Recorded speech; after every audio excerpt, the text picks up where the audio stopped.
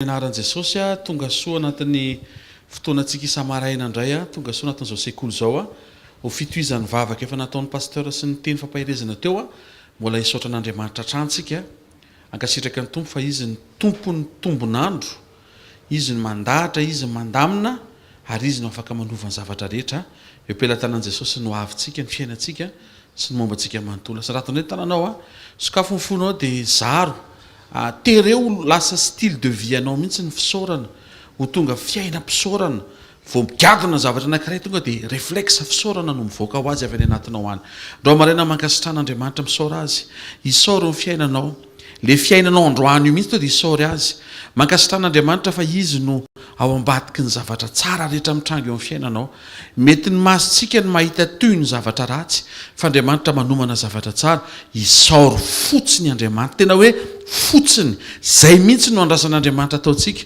ankitspo ampahatsorana tahaka ny zaza manantona ny dadany dia miteny fotsiny hoe misaotra indray ny amin'ny androany raha amin'ny anaran'i Jesosy Kristy avy Nazareta misaotra anao zay mankasitraka anao zay manome voninahitra anao zay ny fotoana androany maraina tanteraka dia avy aminao tsy misy na inona afaka hitrango eto raha tsy nonony aminao saotra ray amin'ny anaran'i Jesosy fa ianao no mitantana amin'ny fiainany tsiraray avy ho tonga eto amin'ity fivoriana sarobidy misy ny fanatrehanao ity misaotra ny amin'ny fiainany tsiraray avy misy antony misy zavatra tiana ho tanterahana eo amin'ny fiainany tsiraray avy zany no isaorana ianao satria rehefa eo ny teninao dia miova ny zavatra rehetra mitsimbadika ny zavatra rehetra miseho ny zava-miafina ary tonga famelombelomana avokoa ny zavatra rehetra eo anay an'io tompo ny anina saza ho anay ny teny fahamarinana lay marina manafaka anay tsy ho andevo le teny fiainana lay teny fanahy amin'ny anaran'i Jesosy Kristy tompo amen zao tsika tehaka mafy tsara ho an'i Jesosy dia manasanao azo toerana ho voninahitry ny tompo irery any mamerina ny fiarabanantsika hatrany amin'ny anaran'i Jesosy arabaina satria tena tsy ny olona rehetra nahita nyity fotoanandroany ity ny fiainana tsy fikasana fa ny fiainana fanapa-kevitra ny fiainana tsy hoe mikasa ny iova fa ny fiainana manapa-kevitra ny iova ny fiainana tsy hoe mikasa hanatrika fotoam-bavaka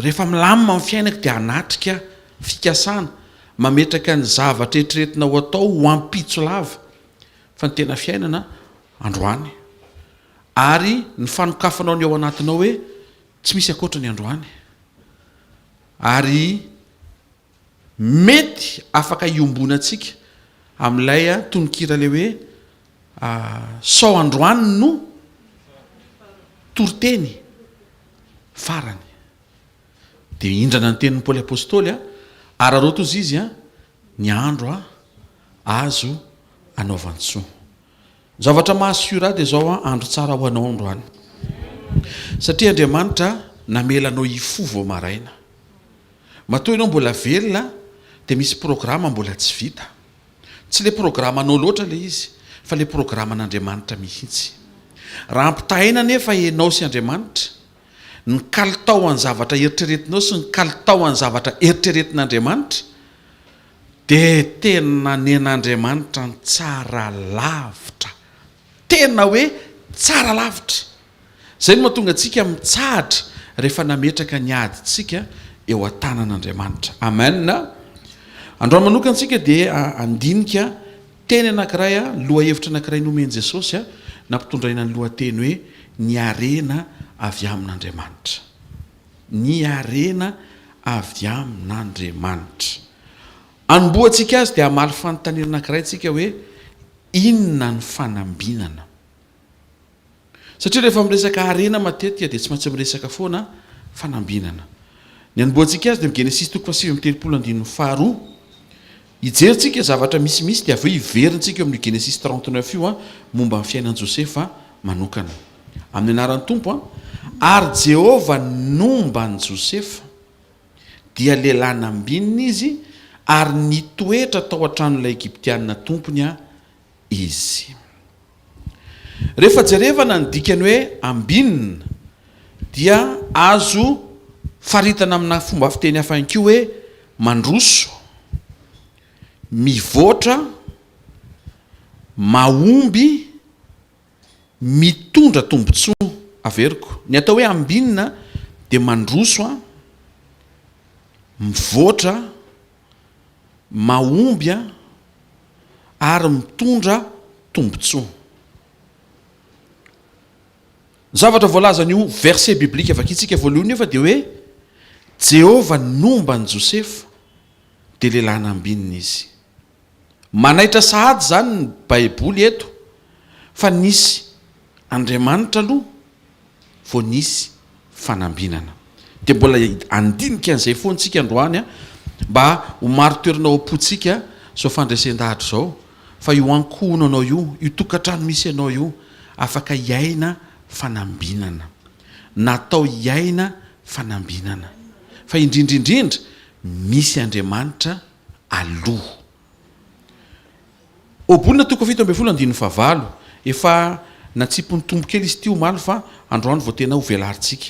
Ny anaran'i Jesosy, ny kolikoly dia toy ny vatosoa io mason'izay mahazo azy, naiza lehany dia ambinina ihany.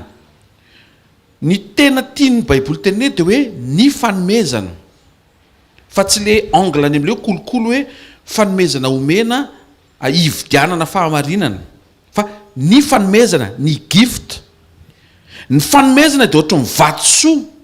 Ny vatosoa dia tsy côté anankiray ihany. Raha côté anankiray ihany dia fitaratra ny dikan'izay. Fa ny vatosoa maninona? Multifacette. Zany hoe misy côté be dia be mihitsiny. Dia ozy izy ny baiboly eto hoe ny côté rehetra ozy izy dia mety daholo. Zay fanoaran'izay a no nampiasain'ny baiboly anoarana momba ny fanomezana nomen'Andriamanitra anao a, ampiasainao naizanaiza dia anambina anao. Naizanaiza zany a anodikodonanao an'io fanomezana io. Ohatra ny vatosoa dia mamiratra foana io, mahomby foana io, ambinina foana io. Salamo 7:7 efa verset biblika anjerentsika io maly tia fa misy fanampiny ray androany.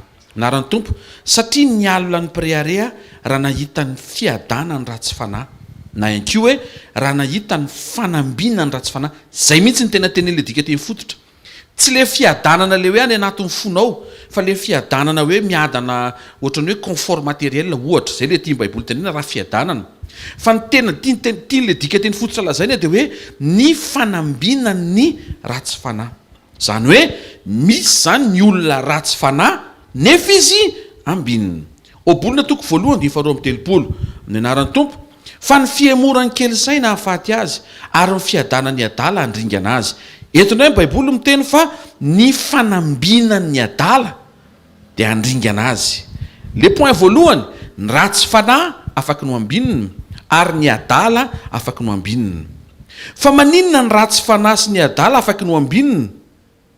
Satria mampiasa fanomezana izy. Valiteny zany eo ambadiky ny hoe ahoana zany mahatonga le prospérité dia mivaliny a mampiasa fanomezana. Nefa tsy zay ny tian'Andriamanitra, tsy zay ny fanontaniana tian'Andriamanitra apetraka ao. Satria na ratsy fanahy azy afaka mampiasa le fanomezana amin'izay itiavany sy amin'izay ilavany azy dia mahita fanambinana. Na ny adala azy afaka mampiasa le fanomezana arak'izay itiavany azy, arak'izay ilavany azy dia mahita fanambinana. Ny manaitra ny olona dia amin'ilay hoe ambinina. Fa indraindray ohatrany tsy manaitra ny olona le hoe ratsy fanahy, adala, ohatrany hitanareo indraindray ohatrany hoe na ao amin'ny fiaina tokantrano ary dia hoe rehefa misy vola eo dia milamime. Tondro maso raha vola mampilama tokantrano zany. Raha ohatra ka tonga avy any ny vadinao ka misesika fotsiny hoe tia ny vola dia aza dia kalme anao, raha zainao tsy kalma. Fa maninona no asiany vola be fotsiny eo? Mety tsy mody atrano mihitsy fa volany ateriny dia zany ve ny tokantrano? Tsy zany ny tokantrano. Zany hoe ambinina le tokantrano fa misy ratsy fanahy ao. Dia raha vao misy ratsy fanahy nefa ao dia misy raha maso ao, misy fijaliana ao, misy fanaintainana, misy fiaretana ao. Ary le fanaintainana tsy hoe rehefa mandeha ny fotoana dia mitsahatra ho azy, finonom-pona nazary mba nino an'izany koa nisy fotoana tamin'izany mbola tsy nandray an' Jesosy hoe ny fijalianao miova ho azy rehefa mandeha ny fotoana. Joro vavolombelona eto fa tsisy fijaliana miova ho azy zany. Mila n'Andriamanitra ianao vao miova io satria izy reriny manana fahefana manova an'io fijaliana io. Zay mahatonga ilay izy tsy any amin'ilay ambinina. Manaitra Andriamanitra any amin'ilay ratsy fanahy, any amin'ilay adala, any amin'ilay toe-panahin'ilay olona mihitsiny. Ny tian'Andriamanitra ho saintsaintsika tsara ao anatin'ny fiatrehantsika ny andavanandrom-piainantsika. Ary maninona no ohatran'ny hoe havanana amin'ny fampiasana fanomezana anambina azy ny zanak'izao tontolo izao izay mety ao anatina faratsy-panahy na ao anatina fahadalàna. Mbola tsy meko mivalina fa hvkl aloha ny tenenin' Jesosy. Hozy izy Jesosy amin'ny Luc 16:8 amin'ny anaran'i Jesosy ny zanak'izao tontolo izao izy dia manan-tsaina kokoa ny amin'iny karazany iny noho ny zanaky ny mazava. Fa maninona no oaingana be mampiasa ny fanomezana misy eo aminy ny zanak'izao tontolo izao satria motiveny vola izy.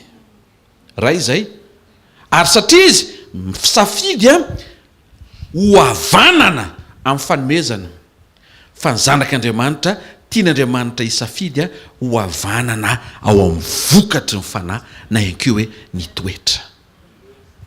Me mazava obolona toko 7:17 obolona 28:13 amin'ny laran'i Jesosy. Zay manafina amin'ny fahotany tsy ambinina fa zay mitsotraka mahafoy azy no azo famindrapo. Misy zavatra anankiroa eto mazava be hoe voalaza n'ity teny ity. Zay manafina amin'ny fahotany tsy ambinina le safidina ho anafina. Misy zavatra anankiroa azon'ny olona fenina. Voalohany na izy anafina amin'ny fanomezana izay nomen'Andriamanitra azy. Dia iny le nitenenin'i Paoly. Hozy izy Paoly eo amin'ny Timoty 2:4-4 anaran'i Jesosy aza tsy mitandrina ny fanomezam-pahasoavana izay ao anatinao na ianko hoe aza maivanina. Rasoa ataoko midika teny hafa mazava kokoa. Ok, anao tsy sozy. Avy amin'ny dika teny hoe sous-estimé. Ok, anao tsy sozy ny zavatra nomen'Andriamanitra anao, misy zavatra nomen'Andriamanitra anao, fanomezana le izy. Raha vo afeninao ny fanomezana dia tsy ambinina ianao. Dia zao anefa raha vo afeninao koa ny fahotanao dia tsy ambinina koa ianao. Le manafina ny tiako hiaviana vetivety aloha. Ianao zany tsy tokony hanafina. Hitanao amin'izay le mpanompo anankiray ao amin'ny Matthieu 5:20 no zarain'Andriamanitra le talenta tamin'le mpanompo anankitelo. Dia le fahatelo iny ny nataony naleviny le nomena azy na ianko hoe nafeniny. Dia ozy Andriamanitra rehefa miverina ozy izy le tompo dia nesorona teo aminy le kely izay mba nananany dia nomena an'le nitahiry nampitombo sy nijoro mahatoky tamin'izay nisy teo aminy. Voalohany raha tsy resaka fahotana zany raha vo afeninao zany io fanomezana io dia tsy ambinina ianao. Faharoa miditra lalina amin'izay any amin'le tena tian'Andriamanitra le fahafahanao tsy manafina atomboka any amin'le hoe mianatra ianao mitsotra ao anatren'Andriamanitra tsy manafina ny ota ao anatinao. Amin'izay fotoan'izay ianao afaka miampita ny exercice manaraka tsy manafina ny fanomezana anananao. Alleluia. Ny fanomezana tsy tandremana na maivanina na afenina dia tsy mitondra fanambinana. Tahaka izany mihitsiny ny fahotana tsy resahanao amin'i Jesosy dia anakana ny fanambinan'Andriamanitra anao. Ny fanambinana araka an'Andriamanitra no miinterese antsika fa tsy le fanambinana ny ainan'le ratsy fanahy sy le adala izay nanararoatra fotsiny ny fampiasana an'le fanomezana fa tsy mba ny saina hoe inona ny mety ho ao am-pony le mpanome. Mba manokana fotoana isaintsaina hoe maninona moa Andriamanitra nanome an'ireto zavatra reto. Natao ino ny reto zavatra nomeny reto. Nanome anao zavatra be dia be Andriamanitra fa inona ny ao am-pon'Andriamanitra tamin'izy nanome an'le izy eo an-tananao. Misy karazana fanontaniana tsy maintsy apetrakintsika reto eto ambony tany. Tsy ny hoe fotsiny hoe ho aiza rehefa ratra izay satria misy ifandraisany amin'le ratra izay. Le tsisy mahita fa le efa hitan'i Jesosy teneniny le andro any iarahanao amin'Andriamanitra. taontsika ijery amin'ny salamy voalohany 7 hiditra lalindalitsika mazo miditra ndao era hiditra lalindalitsika ao amin'ny teny a miaraka ny fanampifana masina teny akaikinao a tsarytsika miditra lalina hoe fa Jesosy ny teny hoe a mandehanany amin'ny lalina hoe taiza izy teny an'izay amin'ny Luka 5 rehefa resaka tamin'ny Petera izy zao ny teneniny mandehanany amin'ny lalina ozy izy dia any latsaka ny araty fa any ianao ahita zavatra tsy hitanao hoe ty morony Salamo 1:3 amin'ny anaran'i Jesosy misy définition ana prospérité mahafinaritra be eto tahaka ny azo amboleny eo amoron'ny rano velona izy izay mamoa amin'ny fotoany ny raviny koa tsy mba malazo ary ny asany rehetra dia ataony lavorary avokoa ny asany rehetra dia ataony lavorary avokoa ny fruit tsy prospérité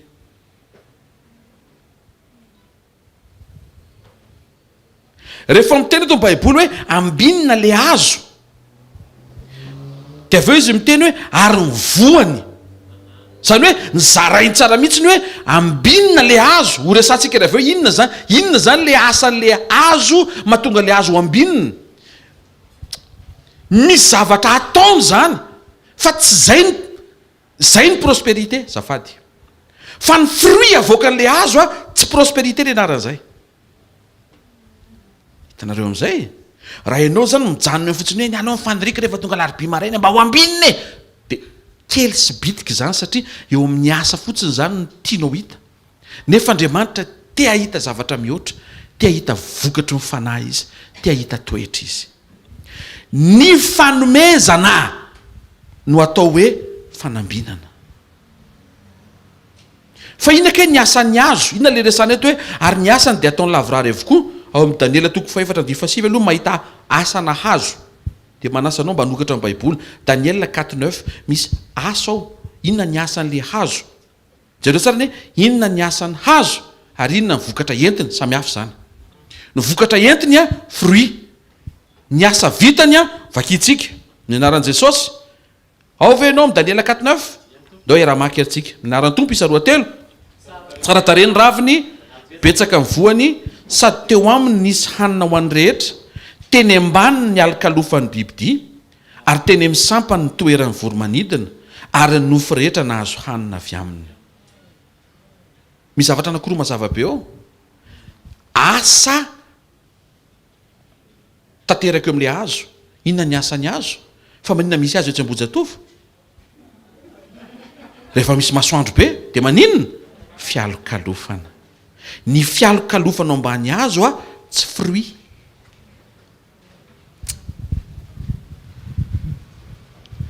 ny prospérité zany mety afaka hialokalofanao fa tsy zay nefa ny programman'Andriamanitra tsy mijanona eo ny programman'Andriamanitra hoe azo mandravina be fotsiny ianao dia mialoka fotsiny ny olona na mitoetra eo ny voromanidina fa rehefa tonga Jesosy nijery ilay aviavy inona tadiaviny voalohany aiza ny fruit toy izy mpianatra sao ary mbola tsy saison akoriko toy izy Jesosy rehefa eo ny présence koa dia tonga ny saison mbola resakafo zany ny saison mantsy dia ny olona mamaritra amin'ny fomba fijeriny ny avy amin'ny zavatra mety hitany hoe rehefa volan'ohatry zao dia zao ny voankazo misy fa rehefa tonga Jesosy nijery ilay aviavy dia zao ny teneniny te hinana aviavy a dia nijereva nytao anatin'ilay aviavy izy nieritreritra fa be raviny be mihitsy le izy dia ao zao misy fruit tsara be savainy ohatry zao le izy akory ny atairany haika azo hialokalofana fotsiny le izy fa tsy isy fruit na ohatry ny kodiny ary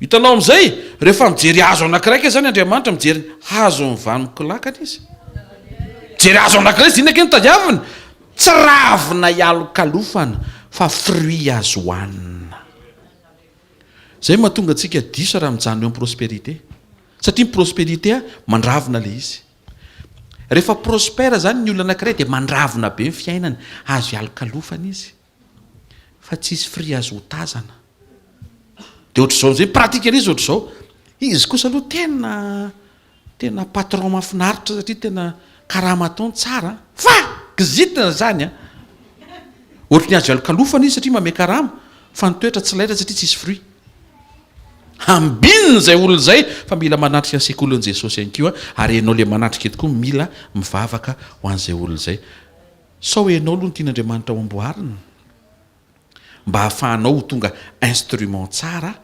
anaovany hafa. Tsy haiko raha me mazava aminao ve mba zavatra omeny tompo antsika andro amarainy hozy izy tahaka ny azo amboleny amorony ranovelona mamoa amin'ny fotoany iny le fruit ny raviny tsy mba malazo iny le asa ary ny asany rehetra taony lavorary avokoa.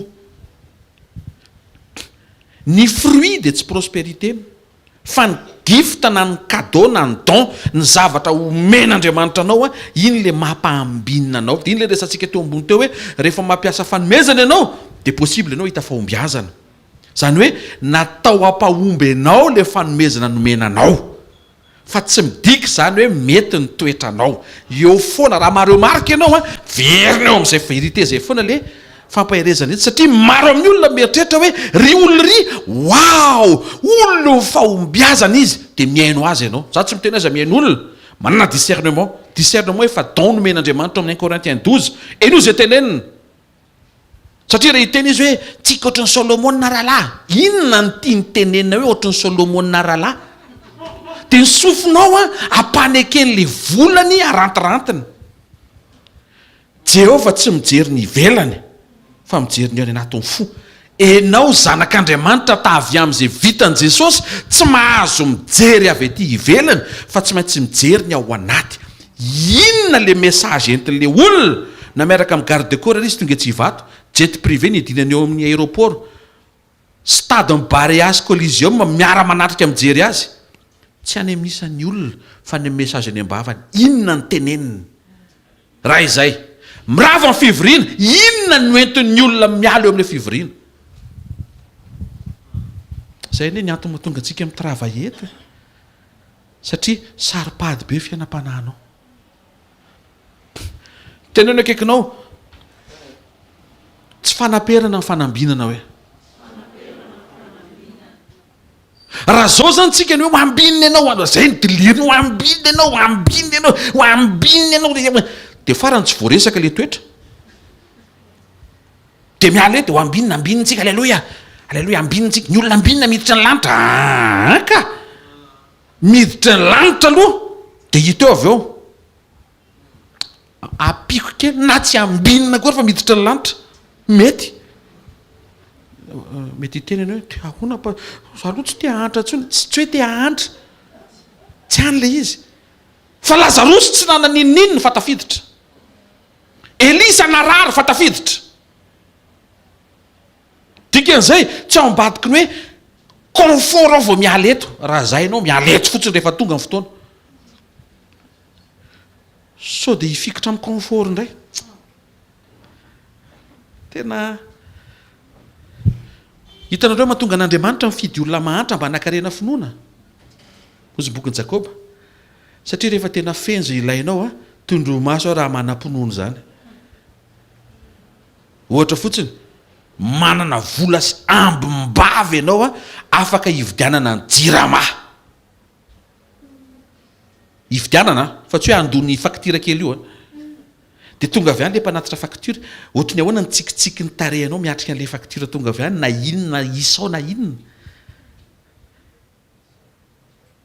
fa raha ohatra tonga avy any le facture ny any aposinao loha rano mikorina miboiboika tsy mety lany azonareo le tiako tenenina ho an'izay mbola tsy mahazo de azonao ao anatin'iny ianao mavita amintsika mino fa vitan'Andriamanitra zany tena mitsotranao marina fa zay ny tena finoana.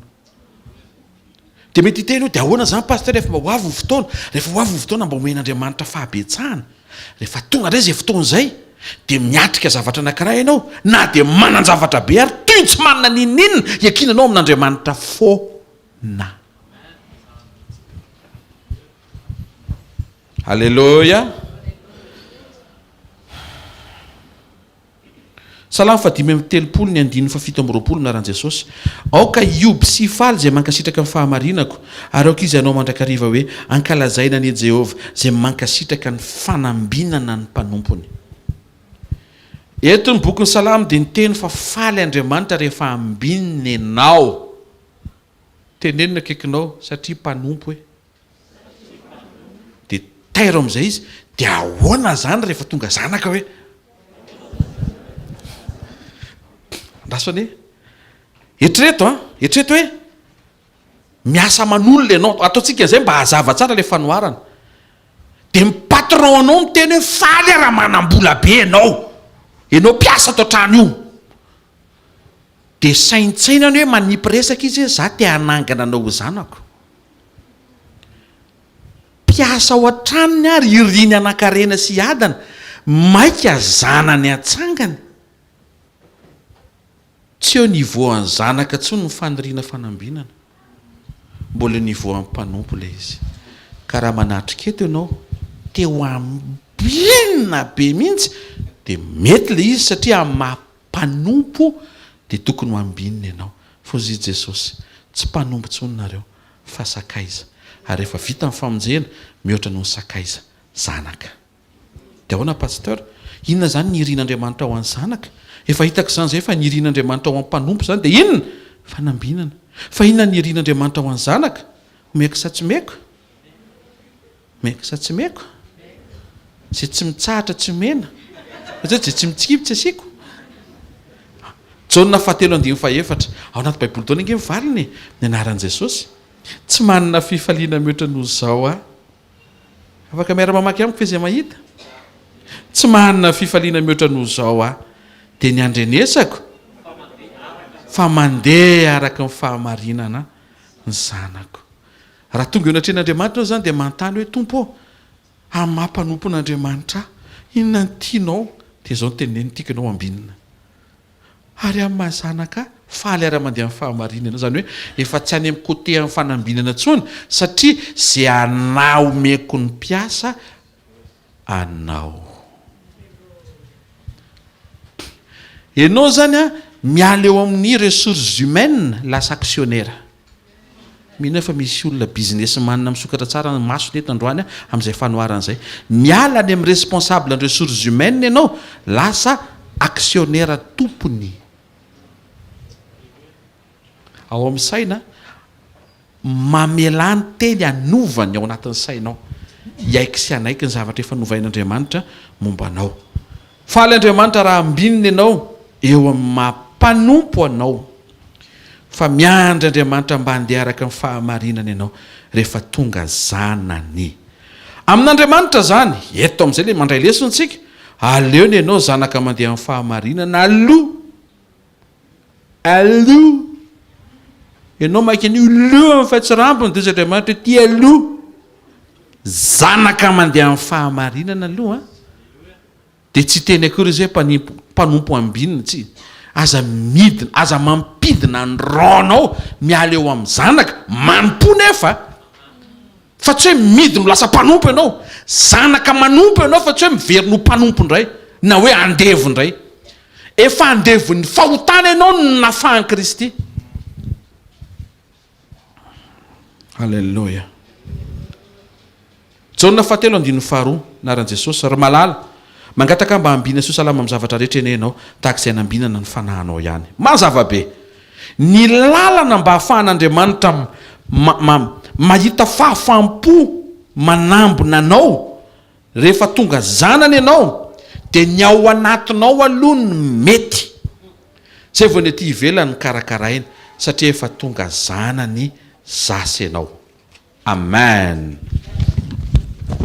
deo tsika iverina amin'izay eo amin'le tantaran'i Josefa fa andray lesona misimisy tsika teo amin'izay nanambinan'Andriamanitra azy sy nitahian'Andriamanitra ny manodidina azy zay teniko zay de efa mahalaza définition anankiray momba ny fanambinana ny nanambinan'Andriamanitra ny Josefa hitahian'Andriamanitra ny manodidina Genesis 39 ny andiny voalohany ka hatramin'ny andiny fasivy angatahako paster Njiva mba amaky an'izay ho voninahitry ny tompo tsy teo izy mantsy tamin'ny sabotsy de manonotra kely izy mamaky an'izay teny zay amin'ny anaran'ny tompo 1 à 6 Alléluia amin'ny anaran'i Jesosy ary Josefa nentina ho any Egypta ary Potifara lehilahy Egyptiana natandapa amin'ny Farao sady mpifehy ny mpiambina no nividy azy tamin'ny Ismaelita izay nitondra azy nidina tany ary Jehovah nomba an Josefa dia lehilahy nambinina izy ary nitoetatra ao an-tranon'ny Egyptiana tompony izy ary hitan'ny tompony fanomba an Jehovah izy ka izay rehetra natao dia nambiny Jehovah avokoa teo aminy. Alleluia. Ary Josefa nahita fity teo mason'ny tompony ka dia nanompo azy, dia notendreny ho mpikarakara tao an-tranony, ary izay rehetra nananany dia natolony ho andraikiny. Ary hatramin'izay nanendreny azy ho mpikarakara ny tao an-tranony mba amin'izay rehetra nananana dia notahinan Jehovah ny tranony ilay Egiptiana no ny amin'ny Josefa. Ary ny fitahian Jehovah nomba izay rehetra nananany na ny tao an-trano na ny tany an-tsaha, dia navelany ho andraikitry Josefa izay rehetra nananany, ary izy tsy nihevitra intsony izay rehetra nananany na inona fa tsy ny hanikohaniny ihany. Ary Josefa dia bikana sady tsara tarehy. Amen. Any amin'ilay bikana tsara tarehy ny mahasarika amin'ny maso. Azonareo ve? Fa le secret tsy any amin'io, tsy any amin'io. Any ambady tena izy miteny hoe zao ny ataovy dia velonareo izy, za matahotra an'Andriamanitra. Tsy resaka le bikana tsara tarehy androany, fa iresaka ny zavatra niainan'i Josefa. Zao ny situation de Josefa eto. Inona moa ny titre n'ilay anina antsika androany? Ny harena avy amin'Andriamanitra. Ny situation de Josefa dia toy izao ry havana. Zanaky ny dadany izy, ary tena anisan'ny zanaka nanana ny toerany satria préféré ny fiantsoana azy. Zany hoe tena izy zany no chouchouteny dadany, tena hoe izy no akaiky mifony be. Dia na diso an'izay dia zao tsy fitiavan'Andriamanitra izay. Satria fitiavan'Andriamanitra, hozy izy Jesosy, tahaka ny tiavany ray aho izy no tiavany anareo koa. Fa tsy hoe za tia mihoatra sy za Andriamanitra, nareo zanaka taty aoriana, demi frère nareo ndraiky raha tsinako tiany, tsy izay ka. Andriamanitra rehefa tia dia tia be fotsiny, sady tia ny azy hatramin'ny farany. Teto zany Jakoba nanao problème nanana problème na gestion en affection, satria nisy ny angarany dia tonga dia niariary, ohatra hoe mizara saosisy ohatra ao an-trano, dia tonga dia anankitelo an Josefa, dia anakefatra zarazarina telo avy, satria 12 zareo. Dia avy eo Jakoba miteny hoe tsara ny tompo. Sorena le ankizy hoe zany ve zany fa tsara ny tompo ve? Nefa izay no miaritra ny antsaha. Dia mety hiteny ianao hoe mila amboarina le ankizy. Le ankizy mila amboarina fa le dada koa mila misaina.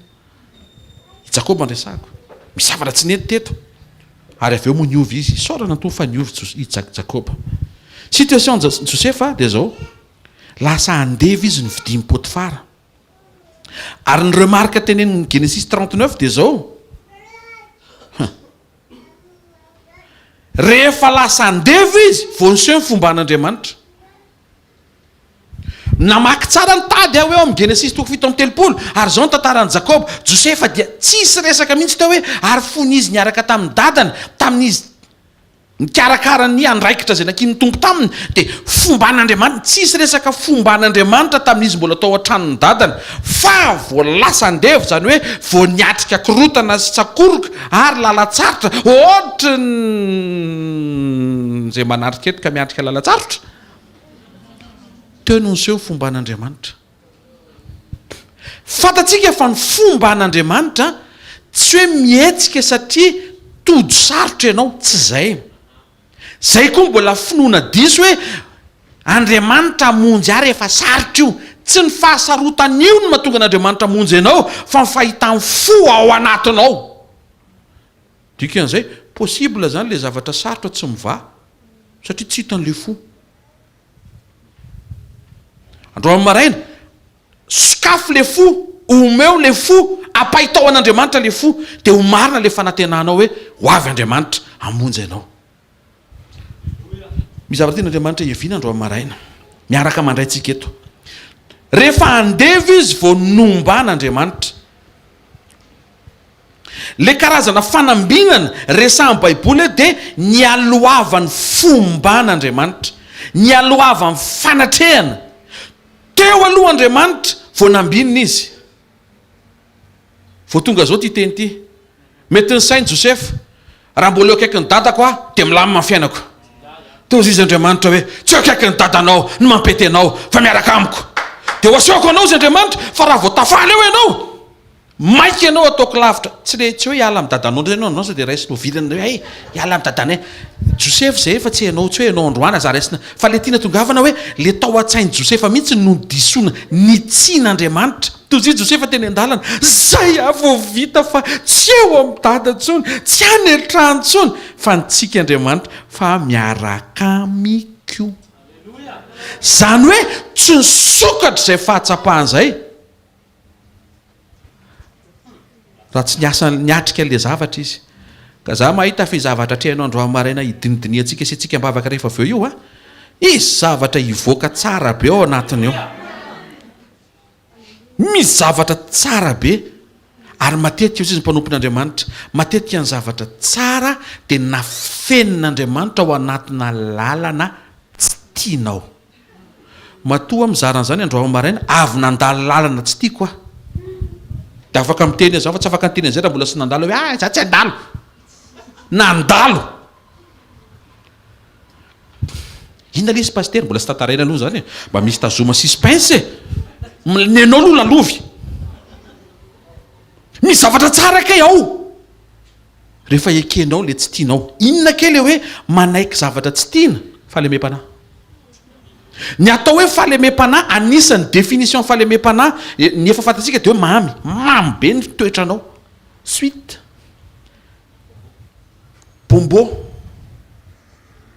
fa le définition anankiray indray manaiky ianao hanao zavatra tsy tianao malemy fanahy ianao fantatrao tonga amin'ny mosesy ny tenen'Andriamanitra hoe tena ianao raha gaty robe malemy fanahy metin'olona rehetra ianao zao ny tenen'Andriamanitra inona misy any an-tananao tena atsipazo vadika serpent nandositra n'le mena rano mosesy fozy Andriamanitra raisy le mena rano atahoranao dia mahavariana ny raisiny zavatra tsy tiany dia ny raisiny hozy Andriamanitra hoe tena milay rangahy ianao mahita fa atoato isan'izay feo milay zay enga avy any amin'ny seza fiandrianana mba hiete feo amin'ny fiainanao amin'izay fa lizy tsy hoe milay be fotsiny am'izay sa tsy mandalo tafiotra ny tsisy ininona tsisy sakrifisy ny tsisy fiaretana fa milay ho azy eny fotsiny tsisy an'izany reto za koa nieritreritro zay tamin'ny zavonan'olo tena hoe milay ho azy eny le izy fa zao aty tsy hoe efa melehibe mbola tsy tena hoe melehibe maka izy fa mba zay efa hitako ny zaraiko aminao tsisy an'izany milay be ho azy zany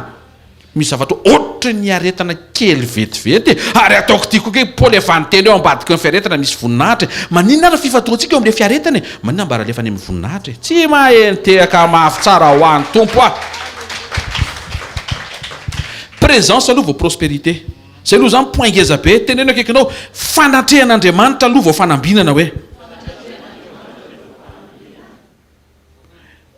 vao nanombotsika ny teny fa nany ratsy fanana ny adala afaka ambinina fa ianao ne tsy ratsy fanahy ianao ne tsy hoe adala zay mahatonga anao fanatrehana aloha vao fanambinana amidika teny hafa dia hoe mamonjy sekoly aloha vao mandeha miasa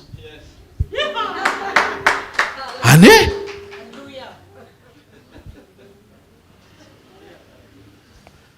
ka le fotoana reny ohatra ny ela be hadiny ray ampafirin'le milahatra ary amin'ny tribonaly adinidimy sady tsy raisiny ianao satria misy olona milahatra be deabe alohanao zany fa tsy hoe izy ny tsy mandray ampafiry mikarakara taratasiny ampafiry manjono eo marainaka hatramin'ny arivo mahavariana fa manjono tsy mampimononmonina fa sekoly tandraro am'izay le izy mamonjay sekoly tehiriziny famonjenao sekoly io zao efa mba nalefahan'Andriamanitra le atsika fanatsy alefahany koa reo tonga hafa ozy izy eto fanatrehana aloha vao fanambinana tsy afaka hitenjantsika hoe fanambinana aloha dia rehefa azoko ny fanambinana dia hitako hoe nanaovako ny fanatrehany ozy Andriamanitra hoe ale matory se Zimbabwe lasa manao géographie Andriamanitra ny tena fanambinana avy amin'Andriamanitra dia zao izy aloha vao ny zavatra rehetra pasteur ahoana zany niatrehako ny fiainako satria tena niatrehanao ny fiainanao apetrao ny valeur an'Andriamanitra hoe izy aloha vao ny zavatra rehetra aza asiana fanahina ao anatinao fa ny fanahina mampanaonao foana so fa nampidiriny Jesosy eo anatintsika ny fanatrehan'Andriamanitra ary ao amin'ny Kristy tsotra ny mpahabetsahana atao hoe beuraka. Le fanatrehan'Andriamanitra eto amin'izay le izy. Le fanatrehan'Andriamanitra dia nanomboka namaly an'i Josefa rehefa lasan-deva izy. Tsy nohony amin'le position hoe lasan-deva izy, tsy le nahatonga azy lasan-deva, fa le réaction Josefa niova mihitsy rehefa lasan-deva izy. Zany hoe nisy zavatra ne tsara zany tao am-pony Josefa rehefa niatrika le zavatra ohatry ny ratsy izy. Ao anatin'io misy zavatra tsara tian'Andriamanitra ho avoakanao sy ianarana ho avoaka, fa tsy ratsy zany io. Nisy toetra niova tao, novain'Andriamanitra tamin'ny alalan'le situation tsy tiany le toetra, satria tany an-trano izy tsy nahay namoaka an'le izy, fa vao namidy tonga dia nivoaka le izy. Ny zavatra ny klika tao zany. Hitanao misy fotoana raha ny zavatra anankiray fa tsy lalovanao dia tsy tena azonao. Za zao misy fotoana nisy olona nampitondram-bavaka resaka ohatra hoe cancer, dia tsy azoko veroka hoe inona zany.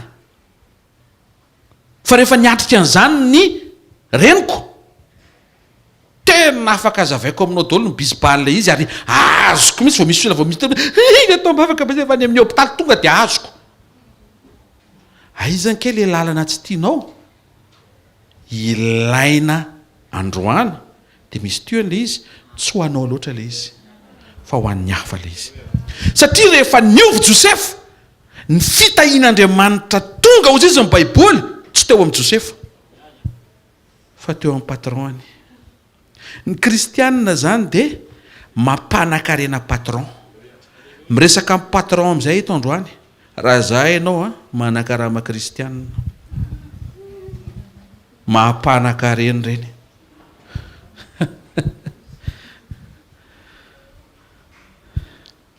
Tsy compétence anie ny ilain'ny orinasa sy ny firenena amin'izao hoe confiance. Tsy compétence fa confiance. Dia tsy midika zany hoe tsy hianatra indray ny ankizy manatrika eto, mila mianatra. Rehefa mipetraka ny confiance, mila hainao le zavatra saina ataonao. Mazava e? Mazava tompoko. Azadino fa matetika ny zavatra tsara dia afenin'Andriamanitra anatina situation tsy tianao.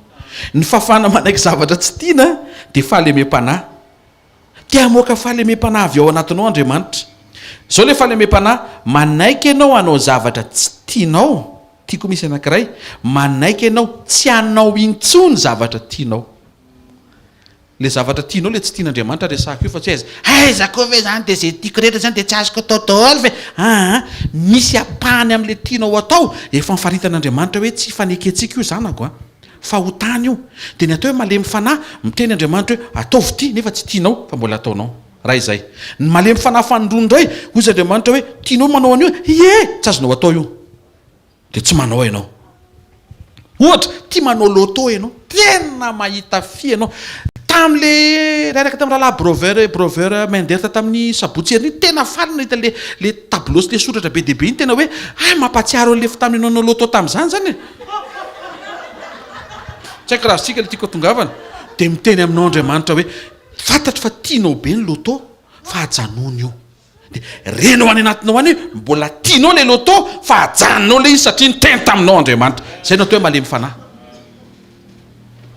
Misy olona mijery anahy. Taovy sérieux kosa zany ka raha tsinonako. Tena mbo marina le zany e. Fantatrao fa ny zavatra tianao io hamitaka anao. Fantatrao fa mimpamitaka anao voalohany tsy serpent intsony ange amin'izao e. Serre-toi. Ianao. Ianao ihany mety hamita tena satria andeha amin'ny sensation anao hoe zao no tiako, zao no tiako, zao no tiako. Ny fanamasina tsy mivalide ny zavatra tianao. Ny fanamasina mibitsika aminao ny zavatra mahasoa anao. Asi ho kely aloha e. Marina fa mafy be le nesorona tamin'ny dadany Josefa, fa maika an'seho le toetra tsara, maika nahazo aina ny fanatrehana, maika an'seho ny fomban'Andriamanitra. Fony Josefa mbola tao amin'ny Jakoba dia tsy nisy resaka fombana. Vao nesorona tao amin'ny tokantrano Jakoba Josefa, lasa tao tokantrano Potifara, tao izy vao natsiaro ny asaribidiny tao an-tranony.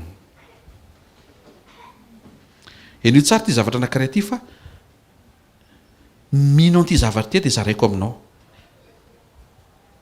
raha tsy tianao dia raiso mba enio arany mba enio fotsiny rehefa nesorona tao mitokantranony dadany Josefa ka lasa teny tokantranon'olo-kafa tany izy vao natsiaro ny asaribidin'ny tany antranony ny asaribidin'ny ray aman-dreniny sy ny asaribidin'ny mpiray tam-po taminy izay nambaniny tamin'ny fizarana an'le nofy rehefa nentina tany Egipta Josefa vao natsiaro ny asaribidin'ny fitoerany tany Kanana tsy haiko hoe taiza izy ny lafika taiza izy natory tao atokantranon'ny Potifara fa mino fa tao izy natsiaro hoe aleoko any amin'ny dadanay ao anaty tenty mety nisy taona izy monimonina tsika ve zany dia anaty ty laity foana mba ovintsika mipetraka anatina endure tany amin'ny Potifara izy tena endure ny tranony petrahany ary tena dure be koa ny fiainany fa tsy nisokatra zay raha tsy tany izy rehefa namidy tamin'ny Egiptiana Josefa vao natsiaro ny asaribidin'ny fitoerany tao an-tranony rainy hoe homme libre fantatrareo ve anisan'ny sensation tao am-pony Josefa afareto ny ao an-tranony ray ary rehefa nitantara Jesosy momba n'le fanoharana momba ny zanakadala dia Josefa nanao amainina mafy indrindra satria fantatra Josefa tsara ny amafiny zany hoe lavitry ny tranony ray aleo ao an-tranony ray tsy niainan'izay Josefa raha tsy nesorina tao an-tranony ray kitanareo misy zavatra mahasoa ao ambadika io zavatra lalovanao io tokantranonao io mety be io mety be io mety be io amin'ny anaran'i Jesosy io asanao io ohatran'ny heverana le izy any pastera tena mety io rehefa manaiky ny ao anatin'ny fonao anomen'le mety eo anatrehan'Andriamanitra afareto ny ao an-tranony ray ozy Josefa rehefa Potifara ny lasa nanapaka an'i Josefa voatsapa ny asaribidin'ny fisiany Jakoba rainy teo amin'ny fiainany rehefa novidiana toy ny entany Josefa vao tena nalala ny nanjoan'ireo mpanompo tao tokantranony rainy eninao ve le fiovan'i Josefa zany tamin'izy tao dia ohatran'ny patron kely izy ny tiany Jakoba indrindrako dia vao misy mpiasa ohatra mama fa manantsy mamafanatanle miketiketitra kely zany nefa tsy izy akory no lehibe eo fa Jakoba normal labeko miasa ato amintsika reko fa rehefa lasa andevo tany an-tranon'olona an'izay teo Josefa tonga saina hoe eve ohatra zao zany nanaovako n'izao hitanareo amin'izay ny zavatra niova tao anatin'le situation ary le niova ny fomba fijeriny ny fotom-pisainany sy ny toetrany ary rehefa niova Josefa dia niseho ny fomban'Andriamanitra raha tsy niova Josefa tsisy fomban'Andriamanitra zany tao andro amin'ny maraina omeo le fiovana dia ahita fombana amen jereo tsara le fiovana rany Genesis 37:7 ozy izy zao nofoko naran'i Jesosy na miamboara tany an-tsatsika ary indry ny arina ny amboarako ny anany teo foany sady ny anany ngezanjinja ny anareo manodidina sady kely malazo kely tsisy ilana azy ny anany tena izy teo foany teo jerevan'Andriamanitra misy motera mila amboarina izy zany nefa manomboka manetroko zany aniny zany dia mety hoe taiza ho aiza le fiovana hitako le fiovana rehefa ndresaka tamin'ny Farao Josefa ozy izy amin'ny Genesis 41:33 niova ihany zany hoe mahita tsika reta miova ihany ake tsika rehefa tsy haiko tsy le fotoana eo oviny fa tsika iova tsy vitanao zany iziriziry amin'io raha za inao andro marina tonga dia milefika eo tompo mety ozy izy Josefa tamin'ny Farao zao ny dikan'le nofy dia nony amin'izay dika izay ozy izy dia mijere olona ozy izy mijere olona anao an'io raha nitoetra ny Josefa tamin'izy mbola tao an-trano no niatrika amin'ny Farao dia ohatr'izao valiteny le omby fito ohatr'izao sena dia isy mosary fa isy an'izao ohatr'izao dia za nahita fa nofoko anery Farao nisy amboara anankiray zay dia zany teo voany azonao ngamba nytiako teneniny tafatojiny ty sy manina Farao ianao mila problème ianao mila solution moa voninahitry ny tompo fanetretena ihany moa za fa zany le solution tenio ihany dia mivera tany am-ponja satria toetra tsy milamina le mizezizezi tamin'ny Genesis 37 sitrika eo amin'ny Genesis 41. Tsy haiko hoe Genesis fahafiry ny fiainanao andro amin'ny maraina. Dia hiandry Genesis ovintsika vao isy le fisitriana. Ny zavatra angatahako amin'i Jesosy niditra teto ianao Genesis 37, mialeta ianao Genesis 41. Teo izy Joseph. Zay ny dika le nofo izy dia ny solution izy jere olona fa be dia be amin'ireo mpanomponao reo, amin'ireo tandapa sy olon-kendry eto Madagasikara, eto Egypta, misy amin'ireo no havita an'le izy. Lasa mahavita miteny hoe ny hafa no havita an'le izy, fa tsy ohatran'le fahadisoana ato anatin'le nofo tamin'ny voalohany hoe za le ovony. Tsy nametraka ny tenany teo ovony tsony izy, fa namoaka carton jaune ho an'ny tenany. Joseph ny teny hoe aleo akasisiny. Tonga dia nitsanga ny farao ny teny hoe sorona tsy ho arbitre ianao, fa tonga dia ho tompon'ny ekipa. Tsy coach tonga dia tompony. Afaka hiova ny situation anao. Amen. Averenao amin'ny tenanao, afaka hiova ny fiainako hoe. Afaka miova ny fiainako hoe. Amen. Tao anatin'ilay nofo tamin'ny voalohany mbola tsy niova, nitono-teny Joseph. Fa taoriana amin'ny fanamboarana, nampitodika amin'ny mason'ny farao Joseph tsy jery azy. Azonareo amin'izay aiza le changement? Nefa vitany le izy fa tsy niteny izy hoe vitako tompoko io. Vitako io tompoko tsy dia efa ela ny andreny io. Niova. Raisy ny fiovana. Iaino ny fiovana. Amen. Genesis toko 12:12 ny anaran'i Jesosy. Dia atonga anao firenena lehibe sady hitahanao sy alehibe ny anaranao ary ho fitahina tokoa ianao. Ny antony hanovana ny anaranao ho lehibe, ny antony hitahian'Andriamanitra anao be dehibe, dia mba hatonga anao ho tonga fitahiana tsy ho anao fa ho amin'ny marobe manodidina anao. Ny mahatonga an'Andriamanitra manova anao ho zanak'Andriamanitra dia tsy ho anao rery, fa mba ho tonga zanak'Andriamanitra koa ny olon-kafa rehetra miaona aminao sy manodidina anao. Nomena anarana lehibe Joseph, ny anarana nomena azy dia hoe fanambinan-toetra. Ary inoko fa niova ny sakafo nohanina nanomboka teo. Pané daholo, poulet pané. Crocodile du Nil pané. Concombre pané, satria ireny nibetsaka tany concombre sy tongolo. Hazandrano pané. Ary amin'ny mampanapaka azy dromadaire pané. Inona ny dika hoe fanambinan-toetra? Ny dika fanambinan-toetra dia hoe treasury of glorious rest. Lay rakitra tamin'ny fitsaharana feno voninahitra. Lasa nahazo anarany Josefa hoe ozy izy farao, enao mihitsy le trésor. Enao mihitsy ny trésor ho amin'ny fitsaharana feno voninahitra. Mazava be fa tsy hoe trésor be ho an'ny tenany izy, fa ho an'ny Egypta, ho an'ny Kanana. Ary Baiboly miteny hoe ny tany manontolana eo izy mosary tamin'io fotoana io. Zany hoe ny Babiloniana tonga tany, ny Etiopiana. Be dia be zany ny foko nitady sekoly vary tany Egypta. Dia le izy mieritreritra ny olona hoe noho ny amin'ny civilisation égyptienne, civilisation égyptienne tonga le izy, fa fomban'Andriamanitra tao anatina olona anankiray niova satria nanaiky hiova izay olona izay. Ary Josefa trésor io dia tandindin'i Jesosy. Ary Andriamanitra efa nanipresaka ao amin'ny Genesis 15:1 zao no teneny tamin'ny Abraham, za no ampinga anao, za ny valim-pity lehibe indrindra ho anao. Jesosy ny trésor be ao anatinao. Inona moa ny titran'le film antsika andro maraina? Ny harena avy amin'Andriamanitra. Dia zao ny conclusion. Ny harena avy amin'Andriamanitra ho anao dia izy. Na ny ilaiko pastera karama miakatra vola miditra tonga dia sifra. Toy izy Andriamanitra hoe zalo vao sifra, zalo vao régime.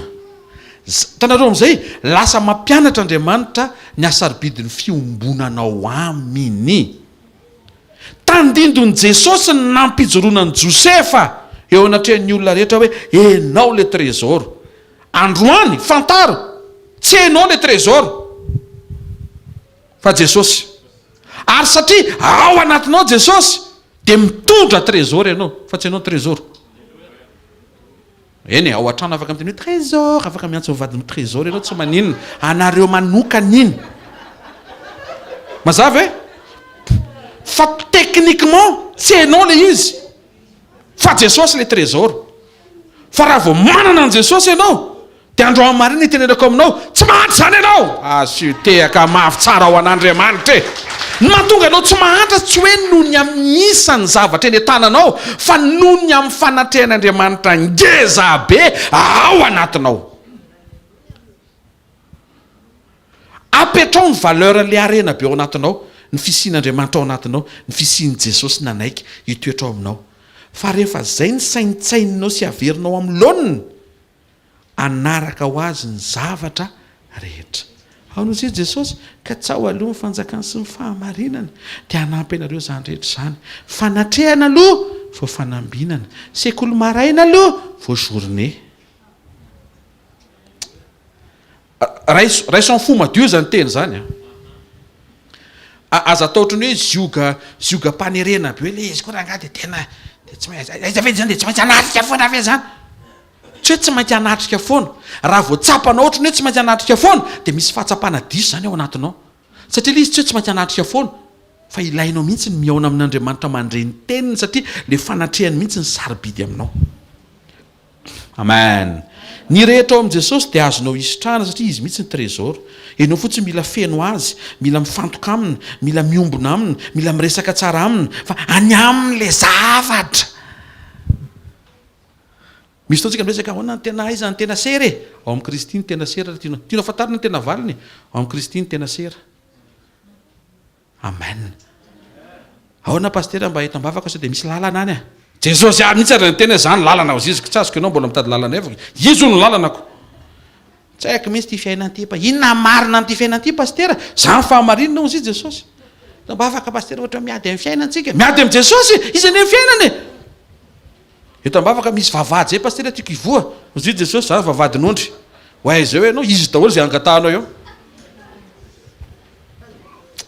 Mbola tsy azonao ve ty leçon ity? Izy daholo zay ho tadiavinao eo. Tsy fampaherezana ny ilaiko pastera fa to dia mofo a régime. Tozy Jesosy, zany régime. Zany tena régime. Zany régime na fiainana mofinaina.